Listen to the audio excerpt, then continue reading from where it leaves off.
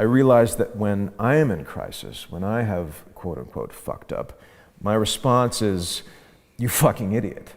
You know, how could you? Of course, what did you expect? If I spoke to my friends like I used to speak to myself, I would have no friends.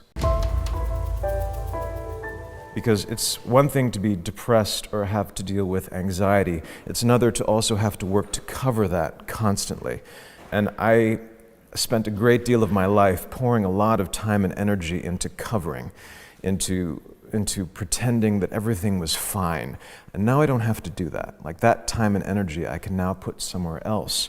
And that's been huge for me personally and creatively. Depression is not, unfortunately, one size fits all, fortunately or unfortunately. I don't want to assign a value to it. It looks different for everyone.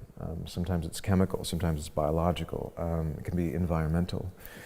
So what works for one person might not necessarily work for the next. What I will say is that self-expression is huge. Having a container in which to put what is boiling up inside of you, your anger, your fear, your guilt, your shame, finding ways to get that out. Maybe it's on paper, maybe it's on a canvas, maybe it's a jog around the school track. Just get it out of you. As soon as it bubbles up, work to get it out. Another thing is self-care. Just moments where I am doing what I need to do to make sure that I vibrate at the right frequency. That might look like burning some sage. That might look like dinner out with a friend. It might look like a bath with Epsom salts.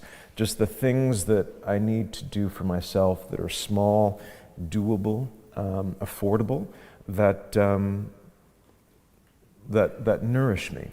I think often we neglect ourselves. We focus on things in the external, but there's a lot here that needs attention.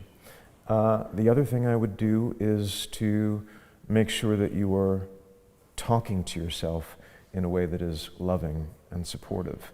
It became clear to me at a certain point in my life, I've had friendships. I've been a good friend to people, and when a friend is in crisis, I know how to be there for them. I know how to hold a space that looks like listening.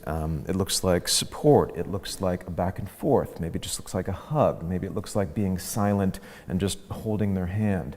I know how to do that for a friend. I realize that when I am in crisis, when I have quote-unquote fucked up, my response is, you fucking idiot. You know, how could you? Of course, what did you expect? If I spoke to my friends like I used to speak to myself, I would have no friends. So what I started to pay attention to was how I spoke to myself out loud and in my head. And in your head is a much more difficult conversation, but you can, I judge, control the words that come out of your mouth. So if you do talk to yourself out loud, and I do, make sure that the words are loving and supportive and nourishing. Start the work of being your own best friend.